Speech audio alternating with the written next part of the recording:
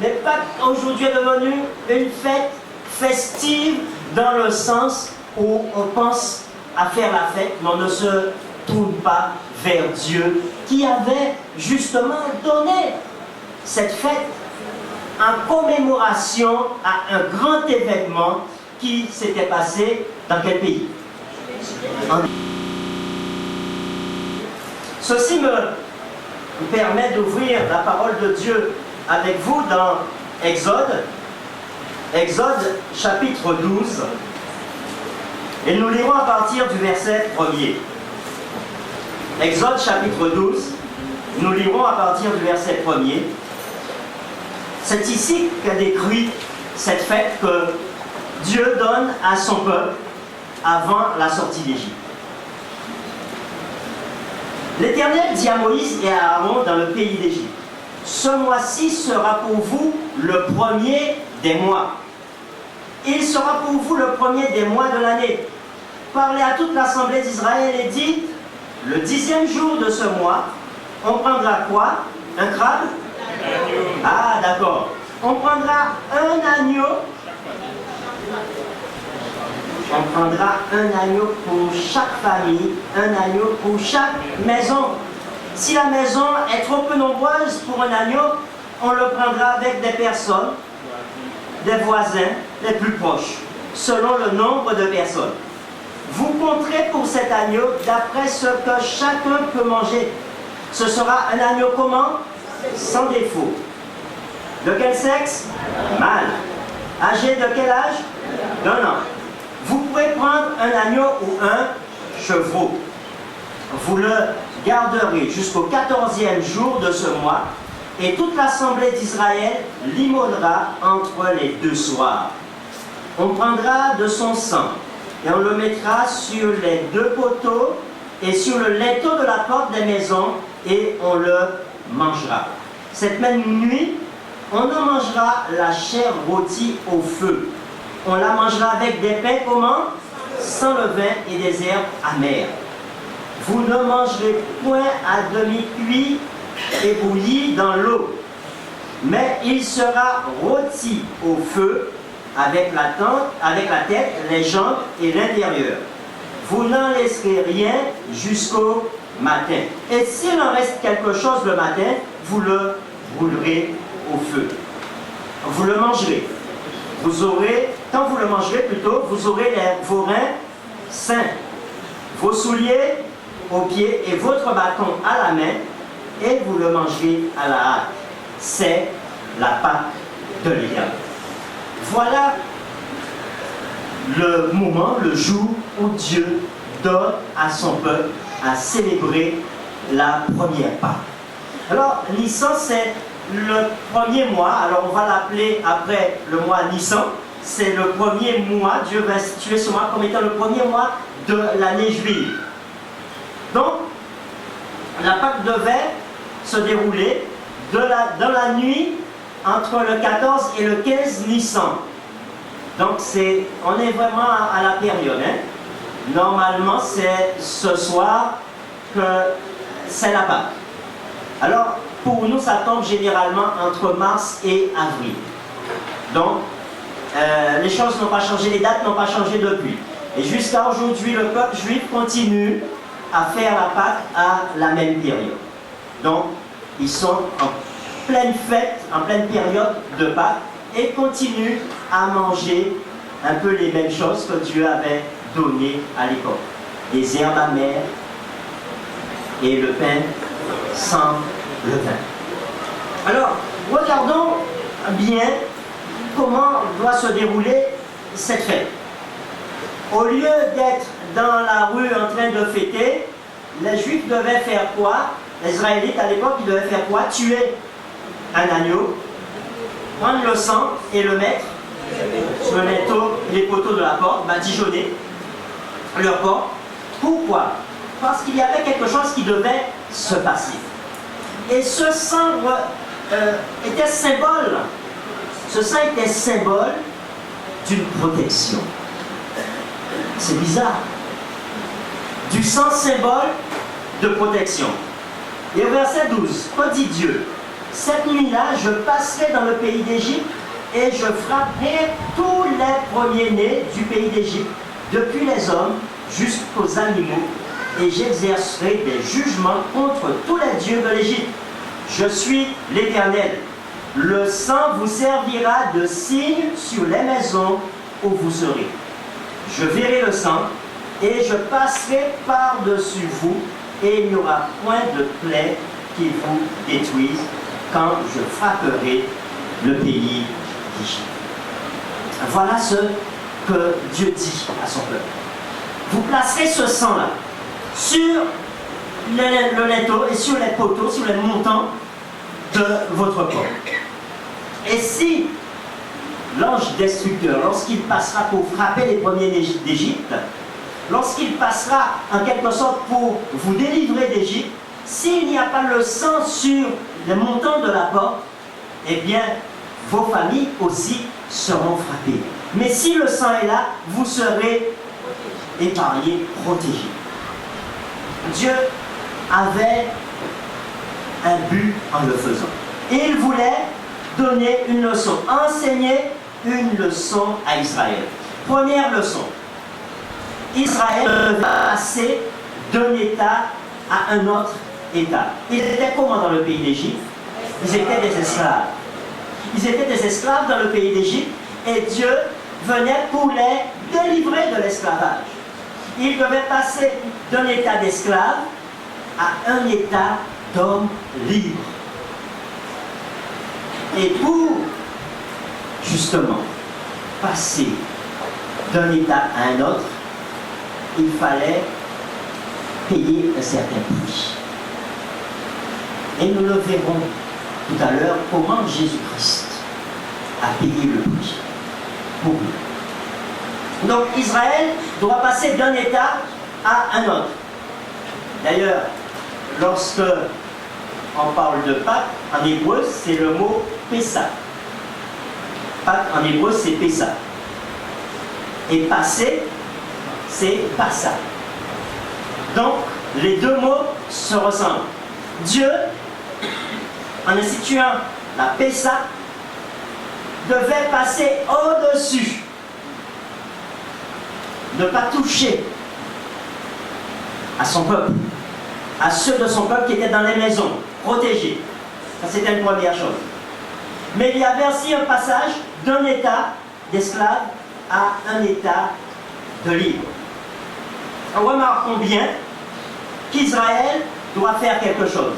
Après avoir sacrifié cet agneau, donc on a dit bien entre les deux soirs, en fin de journée du 14 ou le 15, alors l'agneau devait, premièrement, on devait le prendre, le soigner pendant 7 jours. Excusez-moi, c'est 7 ou 14 jours. Je vais me corriger quand même. D'accord? Alors, c'est le 10e jour de ce mois, on prendra un agneau. Donc, c'est le 10e jour qu'on doit prendre l'agneau pour chaque famille et pour chaque maison, et on le prendra avec le plus proche et on va le soigner jusqu'au 14e jour où il sera sacrifié. Alors, cet agneau devait lui donner un soin particulier. Un soin particulier, on devait en quelque sorte le chérir jusqu'au jour où on devait l'immoler. On devait le garder au plus près, on ne devait pas aller le prendre dans le troupeau le jour où il devait être immolé, mais on devait le mettre à part, lui donner des soins particuliers pour pouvoir l'immoler après. Ça, c'est une première chose. Une deuxième chose, deuxième point très important, Dieu voulait montrer à son peuple ici que pour être délivré, il allait faire un miracle. Il allait opérer un miracle extraordinaire. Il allait combattre pour Israël. Israël n'aurait pas à prendre les armes, parce que le combat, c'est lui-même qui allait le mener. Et depuis le début, où Dieu va frapper les Égyptiens par les 10 plaies, Dieu montre au peuple qu'ils n'ont pas à combattre. Le peuple n'a pas à combattre, mais c'est lui qui, par une succession de miracles, viendra délivrer le peuple. Alors, Dieu dit à Israël, ce jour-là, tu ne feras rien. Tu vas rester au calme. Ou piquer même un travail. Parce que ce jour-là est devenu un jour où on ne fait rien pour l'Israélite pratiquant. Ce jour-là, tu ne feras rien. Tu vas rester avec ta famille. Tu ne bougeras pas. La seule chose que tu feras, tu vas sacrifier l'agneau, tu vas mettre son sang sur les linteaux. Et alors, je te délivrerai de façon extraordinaire. Il y a un grand auteur juif, André Neher, qui, dans son histoire biblique du peuple d'Israël, dit ceci à propos de la Pâque. La grande leçon qui se dégage de l'Exode, c'est que la libération véritable n'est pas le fruit d'une victoire humaine, mais un don de Dieu. Vous avez entendu? La libération véritable n'est pas le fruit d'une victoire humaine, mais un don de Dieu. La dernière journée du peuple d'Israël en Égypte, la dernière nuit sont des heures où la passivité des Hébreux est totale.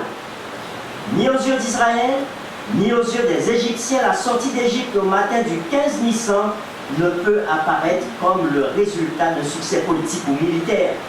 C'est à Dieu seul que revient le mérite de la libération. C'est à Dieu seul que revient le mérite de la libération. Aucune préparation militaire, aucune démarche politique ne leur est demandée. Les seuls préparatifs que Moïse exige d'eux, c'est d'ordre purement religieux. Le 10 Nissan, ils doivent se procurer un agneau, etc., etc., comme nous l'avons vu tout à l'heure dans le chapitre 12. Tout ce qui se passera ensuite en Égypte ne peut donc venir que de Dieu seul. Tout ce qui se passera ne peut donc venir que de Dieu seul. Mes amis, tout ceci pour nous dire quoi? La Pâque est symbole non seulement de la délivrance d'Israël en Égypte, mais plus tard, les chrétiens vont adopter la Pâque comme aussi un jour particulier, un jour extraordinaire, parce que c'est à la même période que Jésus-Christ a donné sa vie pour que nous soyons sauvés. C'est la même période. Et Jésus, qui est l'agneau de Dieu, qui ôte le péché du monde, c'est ce que l'apôtre Jean nous dit dans Jean chapitre 1er, verset 27. Il dit, Jean-Baptiste voyait Jésus passer, et Jean-Baptiste a dit quoi? Voici l'agneau de Dieu qui ôte le péché du monde. Jésus est représenté comme l'agneau de Dieu. À plusieurs reprises, il sera représenté et présenté comme étant l'agneau de Dieu qui ôte le péché du monde. Jésus-Christ est cet agneau qui a donné sa vie pour nous. Et il va donner sa vie dans les mêmes conditions, dans la même période, les mêmes dates que la fête de Pâques, que la Pessah, que la fête de Pâques. Il va donner sa vie à la même période pour chacun d'entre nous. Nous pouvons lire dans Luc chapitre 24, versets 44 à 46. Luc chapitre 24, versets 44 à 46, où l'apôtre Luc, plutôt l'évangéliste Luc, Luc chapitre 23, 44 à 46, l'évangéliste Luc, eh bien, il nous dit comment se sont passés les derniers instants de la vie de Jésus.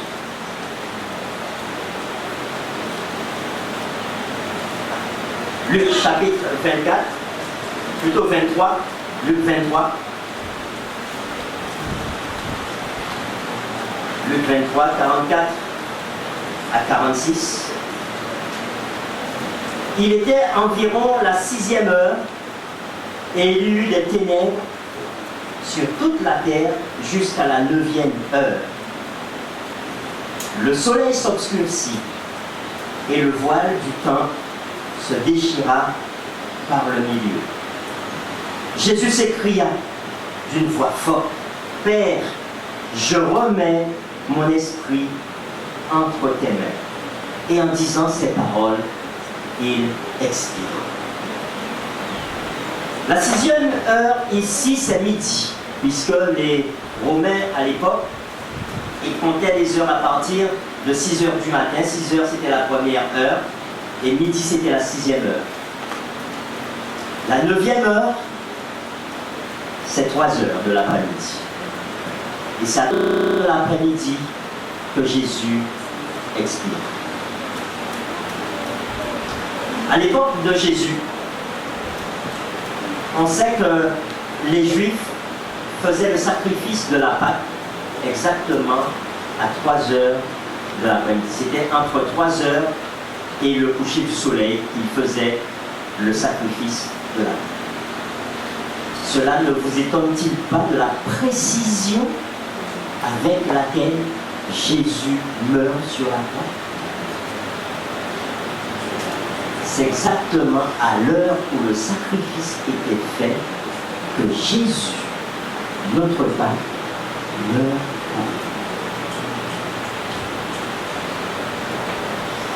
Lorsque l'on regarde avec détail et comment il y a tant de précision dans ce que Dieu fait pour nous humains, nous sommes vraiment étonnés.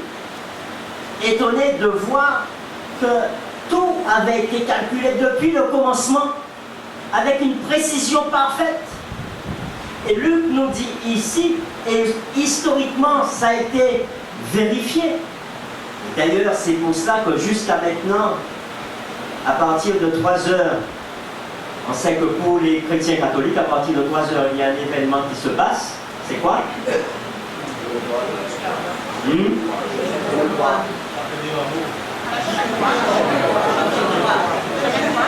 chemin de croix, certains font le chemin de croix, mais c'est le vendredi saint à partir.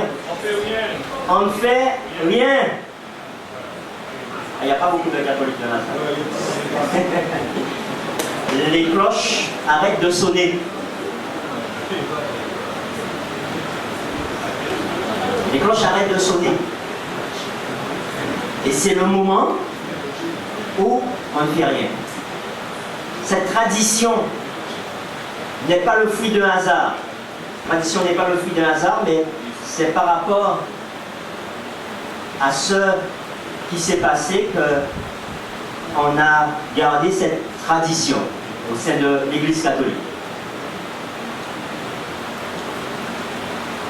Pour nous, croyants, qui vivons aujourd'hui, qui mettons notre confiance en Jésus, il nous est dit qu'avec précision, à 3 heures, Jésus est mort, l'heure à laquelle on sacrifiait l'agneau pascal. Et Jésus qui mourait à 3 heures, il mourait pourquoi? Pour nous donner le salut. L'apôtre Paul, dans 1 Corinthiens chapitre 5, versets 7 et 8, 1 Corinthiens chapitre 5, versets 7 et 8, Paul nous dit quelque chose concernant Jésus comme étant notre Pâque. 1 Corinthiens 5, versets 7 et 8, Paul dit: faites disparaître le vieux levain, afin que vous soyez une pâte nouvelle, puisque vous êtes sans levain, car Christ, notre Pâque, a été immolé. Célébrons donc la fête, non avec du vieux levain, non avec un levain de malice et de méchanceté, mais avec des pains sans levain et de la pureté et de la vérité. Paul nous invite à célébrer la Pâque d'une certaine façon, en nous disant que Jésus, c'est lui notre Pâque. C'est lui qui a été sacrifié pour nous. Aujourd'hui, nous n'avons pas besoin de sacrifier un agneau. Nous n'avons pas besoin de mettre du sang de cet agneau sur le linteau de notre porte. Par contre, Jésus, notre Pâque qui a été immolé pour nous, eh bien, nous avons besoin, au contraire, de son sang. Et le sang de Jésus, je dois le mettre où? Sur mon cœur. Mon cœur, c'est la porte de ma vie. C'est la porte de ma personne. Et c'est par mon cœur que Jésus peut entrer. C'est par mon cœur qu'il peut prendre place dans ma vie. Et alors l'apôtre Paul m'invite à fêter la Pâque d'une certaine façon. Christ, ma Pâque, a été immolé. Mais Paul me dit encore autre chose à propos du levain. Rappelez-vous, les Israélites devaient manger du pain sans levain. Et jusqu'à maintenant, le juif qui fête la Pâque, eh bien, il doit faire le ménage dans sa maison pour voir s'il n'y a même pas une miette de pain. Il doit tout nettoyer parce qu'il ne doit pas y avoir dans sa maison du levain, des traces de levain. Et il doit tout nettoyer. Alors, pour moi qui vis aujourd'hui et qui regarde ça doit m'interpeller. Et qu'est-ce que Paul me dit ici? Le vieux levain, c'est quoi? La malice, la méchanceté. Et Paul dit, il faut faire disparaître tout ça de mon cœur, de ma vie. Oh mes amis, aujourd'hui nous fêtons Pâques, n'est-ce pas? C'est le jour de la Pâque. Et la question que j'ai envie de poser à tout un chacun ce matin, dans notre relation avec Jésus, est-ce que j'ai fait le grand nettoyage dans ma vie? Ou est-ce qu'il y a encore quelques miettes de levain, du vieux levain, dans mon cœur? Un petit peu de méchanceté, un petit peu de malice. Un petit peu de péché, parce que le vieux levain représente le péché. Qu'est-ce que j'ai gardé encore dans mon cœur?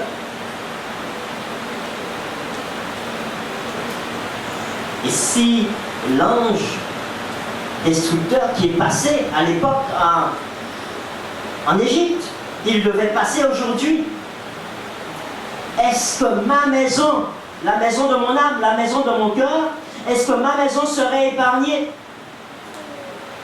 Ou est-ce que comme les Égyptiens, j'aurais été frappé?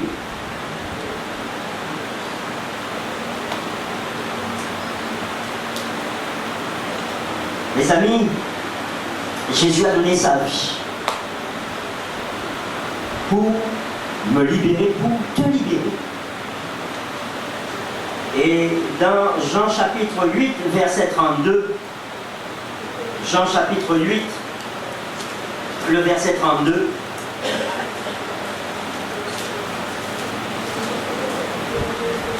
Jésus parle de libération.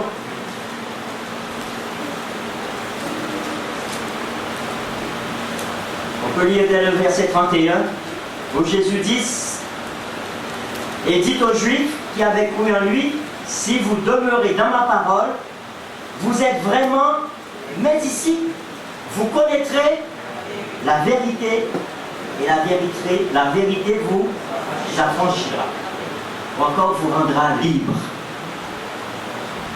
Aujourd'hui, suis-je libre ou esclave? Je peux répondre pour moi. Je ne peux pas répondre pour vous. Le sang de Jésus est-il sur le montant de votre cœur? Aujourd'hui, alors que normalement le monde chrétien, quelle que soit la religion, devrait être dans une période de réflexion quant au salut, puisqu'on parle de Pâques. Pâques, c'est un jour de liberté, un jour de délivrance. Alors que le monde chrétien devrait être dans ce moment de réflexion. Nous sommes appelés à nous demander chacun, qui que nous soyons, quelle est ma situation par rapport au Christ, par rapport à son sacrifice.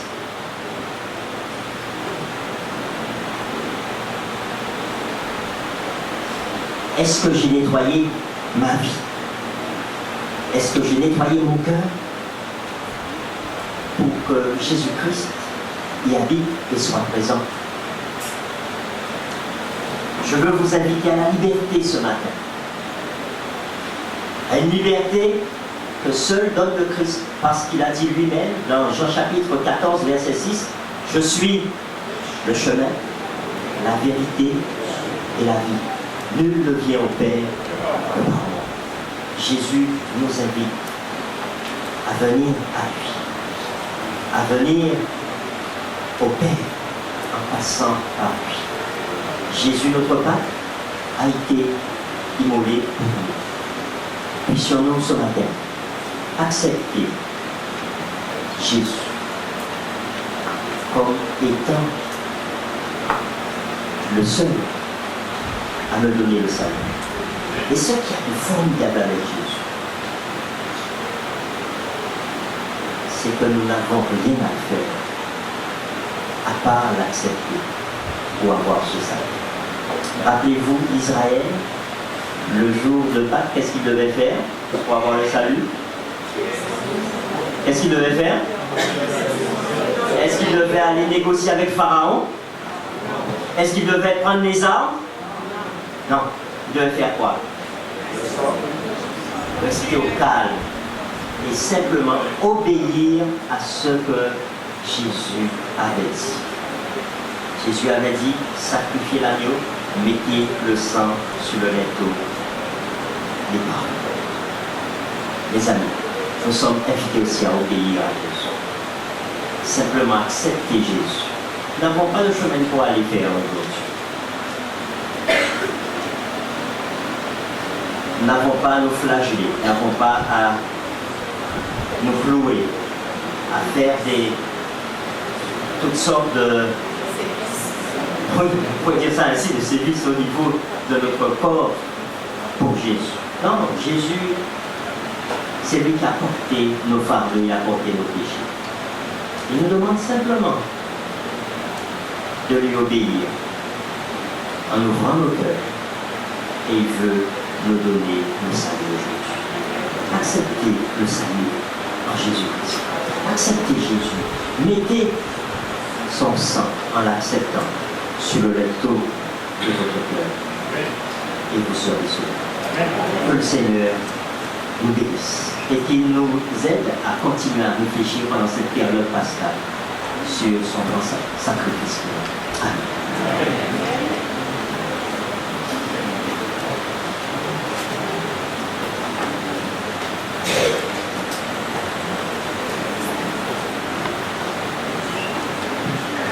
Pour terminer, prenons le principe au numéro 73, et après quoi nous mettons le mot.